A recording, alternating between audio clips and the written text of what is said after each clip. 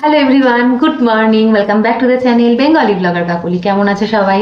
অনেক অনেক ভালোবাসা জানি আজকের ভিডিও শুরু করলাম। আজকে সকাল থেকে একটুখানি তাড়াহুড়ো ছিল, তবে খুব একটা যে কাজ করেছি তা নয়। ছেলের আজকে এক্সাম শুরু হলো, মানে রিটেন। তো ও 10টা থেকে এক্সাম, ও বেরিয়ে গেছে মোটামুটি 8:30টার আগেই। তো আমি সকাল সকাল কি করে দেবো, আর এখন যে তোকে ভাত করে দিও, দুপুরবেলা এসে আর ভাত খাবে না। 1টার মধ্যে এক্সাম শেষ হবে, ও 2:30 পৌনে 3টে নাগাদ চলে আসবে। তখন কি খেতে দেবো? যাই বলবো বলবে না খাবো না, চাউমিন খাবো না, ম্যাগি খাবো না, পরোটা খাবো না, লুচি খাবো না, ও একটু বিস্কিট দাও, ও একটুখানি একটা ডিম সিদ্ধ করে দাও, এরকম। তো সেই জন্য আজকে একটু প্ল্যান করেছি। আজকে সকাল সকাল একটুখানি ম্যাগি করে দিয়েছি, ওই আলু দিয়ে একটুখানি সবজি টবজি দিয়ে ম্যাগি করে দিয়েছি। তো ওটা খাবো না খাবো না করে পুরোটাই খেয়েছে। অর্ধেক থেকেই শুরু করেছে খাবো না খাবো না, কিন্তু তারপরে যাই হোক খেয়েছে। এই ড্রেস ট্রেস পরে রেডি হয়ে ব্যাগটা একটু গুছিয়ে দিলাম, যে কী কী নিবি, পরীক্ষার সময় তো একটা টেনশন থাকে। কাল যেরকম রাত 3টে অবধি বলতে গেলে ও জেগেছিল, পড়েছে। এখনও বলতে পারছে না লাস্ট মোমেন্টের পরে, ঠিক সময় মতো পড়বে না। আবার তারপরে বলছে এখন আমার রিগ্রেট হচ্ছে কেন পড়লাম না। ঠিক আছে, ফার্স্ট সেমিস্টার তো কোনো রকমের বৈতরণীটা পার হ, তারপরে সেকেন্ড সেমিস্টার থেকে নোটস টোটস বানাবি, তুই যদি লিখতে না পারিস আমাকে বলবি, আমি হেল্প করবো। তো ওদের মোটামুটি একটু রাজি হয়েছে। আর বললাম যে কম্পিউটারে তো সারাদিন থাকিস, তো রিলেটেডগুলো করতিস। বলছে আমি থার্ড সেমিস্টারের গুলো করে ফেলেছি, কম্পিউটারে কাজ করেছি অনেক। তাহলে তো একটু প্রবলেম হয়ে গেল, এরপর থেকে রিলেটেড ওয়ার্কগুলো করবি কম্পিউটারে। মানে সেকেন্ড সেমিস্টার যা যা সিলেবাস আছে ওইগুলোই করার চেষ্টা করবো, ওগুলো থেকেই যা যা করা যেতে পারে অ্যাপ্লিকেশন সেগুলো ট্রাই করবি। তাহলে কি হলো, তোর সেমিস্টারটাও ভালো হবে, প্লাস তোর শেখাটাও ঠিক ঠিকভাবে হবে। তো দেখলাম মোটামুটি একটু রাজি হয়েছে, তো বললো ঠিক আছে এরপর থেকে ওইরকম করার চেষ্টা করবো। যাই হোক, ও বেরিয়ে গেছে, ওর বাবা ওকে দিতে গেছে। আমি বললাম ব্লগটা শুরু করি। এদিকে বাসন মেজে দিয়ে গেছে কাজের দিকে। যাই হোক, এখন একটু গরম জল বসাবো, একটু গরম জলটা খেয়ে দিনটা শুরু করা যাক। গরম জলটা বসিয়ে যাই, বালতিতে জল ভরে নিয়েছি বাইরের কল থেকে।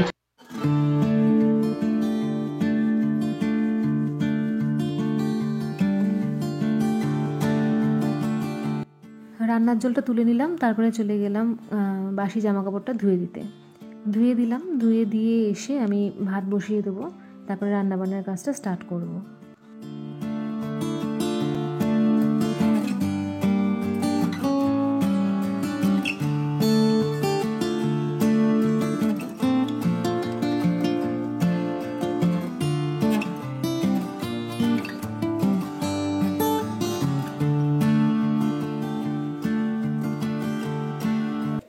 ভাতটা বসিয়ে দিয়ে নিজের সকালের ফল যে ব্রেকফাস্ট আমি করি সেগুলো কেটে নিচ্ছি। আজকে যেরকম কাটছি শাকালু, আর তার সাথে কলা একটা ছাড়িয়ে নিয়েছি, আর নেব আঙুর।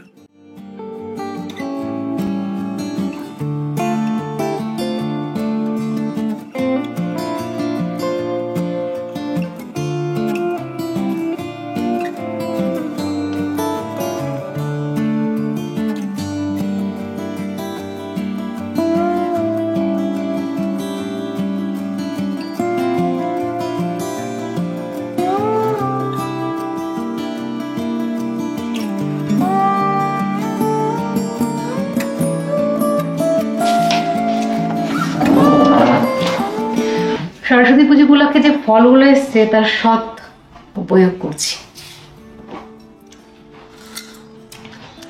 আর আমি তো ফ্রুট লাভার।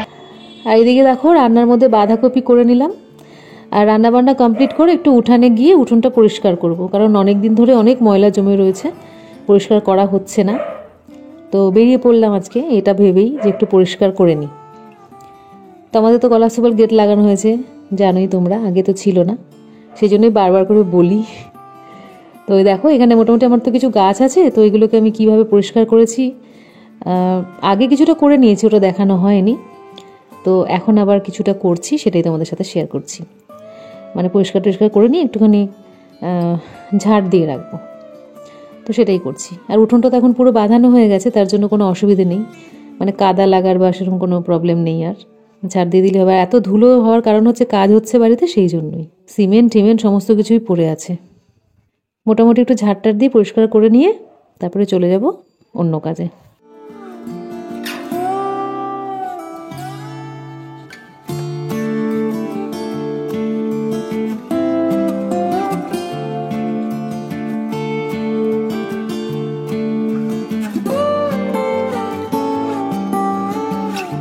এই দেখো পুরো উঠোন পরিষ্কার হয়ে গেছে, কত সুন্দর লাগছে দেখতে। আর উঠোনটা না বাঁধানোর পর অনেক বড় বড় দেখতে লাগছে, তাই না? আর ওইদিকে গাছগুলো সাজিয়ে রেখে দিয়েছে, পুরো পরিষ্কার করে একটু ঝাড় দিয়ে দিলাম। আর এইদিকে দেখো অনেক মানে ময়লা জমে আছে, এগুলোকে কি করে যে বিদায় করবো সেটাই ভেবে পাচ্ছি না। দেখা যাক, কিছু তো করতেই হবে। অ্যামাজন থেকে করেছি কিছু বাজার, সেইগুলো নিয়ে বসেছি তোমার দেখাবো বলে। প্রথমে আমি যে কুর্তিটা পরে বসে রয়েছি সেটা দেখাবো। পুরো আপার পোর্শনটায় সিকোয়েন্সের কাজ রয়েছে এবং দুটো হাতেও রয়েছে, এবং হাতের এই কাপড়টা কিন্তু অনেকটা পাতলা, কিন্তু এইখানে বডিতে লাইলিন দেওয়া রয়েছে, হাতায় লাইলিন দেওয়া নেই। সামনে এইরকম একটা আছে দেখো, যার চারদিকে সিকোয়েন্সের কাজ, পেছনেও ঠিক এইরকম আরেকটা আছে, তার জন্য একটুখানি ইউনিকনেস এসছে। আর এর কালারটা তো দেখতেই পাচ্ছ কি সুন্দর ফুটি কালার, আর কাপড়টা কিন্তু ফুল জর্জেটের, পরেও ভীষণ আরাম, আর একটা পার্টি ওয়্যার লুক কিন্তু এর মধ্যে। তো চলো দেখে নিই নেক্সটটা দেখাবো একটা গাউন জর্জেটের, যেটা হচ্ছে রেড কালারের উপরে রয়েছে, তার সাথে কিছু কিছু ছোট ছোট মোটিভ রয়েছে, যার জন্য দেখতে ভালো লাগছে। সব থেকে বেশি দেখতে ভালো লাগছে এটা হাতাটার জন্য, হাতাটা ভীষণ সুন্দর।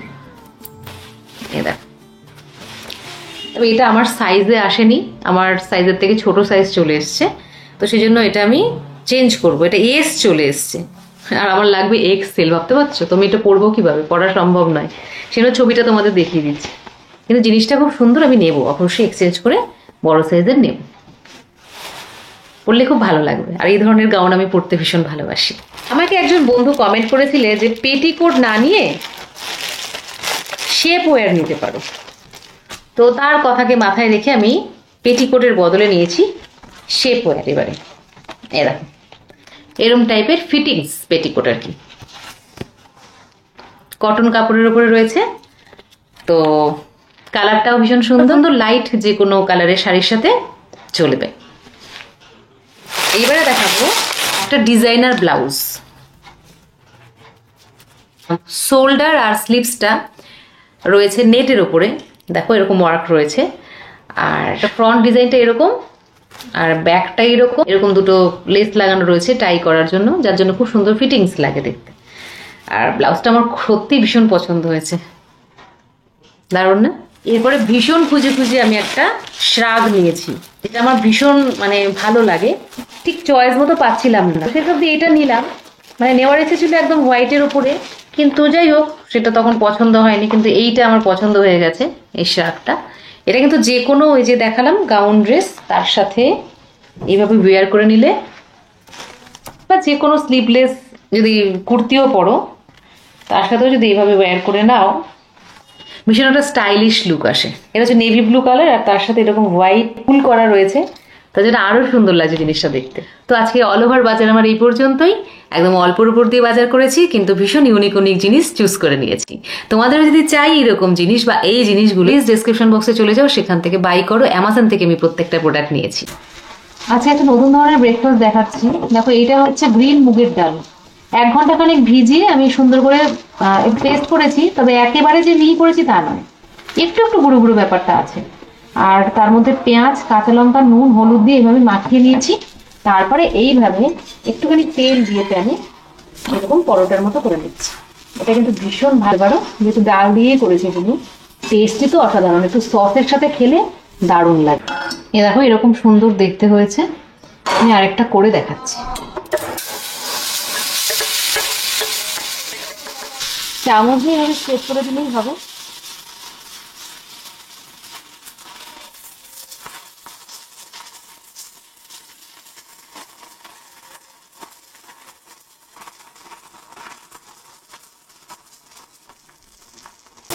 এভাবে উল্টে পাল্টে ফ্রাই করে নিলেই হলো। Garnishing with egg poach and sauce. মনু সন্ধ্যাবেলা বেরিয়েছি একটু ইভিনিং ওয়াক করতে, চাটা খাওয়ার পর।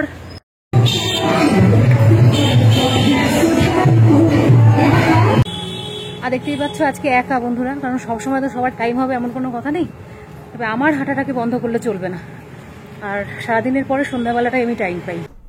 তো বন্ধুরা আজকের মতো এই পর্যন্তই, আবার তোমাদের সাথে দেখা হচ্ছে পরের ব্লগে। ততক্ষণের জন্য সবাইকে টাটা, সবাই খুব ভালো থেকো, আনন্দ থেকো, ভালোবাসায় থেকো, হাসি মজায় থেকো, আনন্দ উৎসাহে থেকো, কাজে কর্মে থেকো।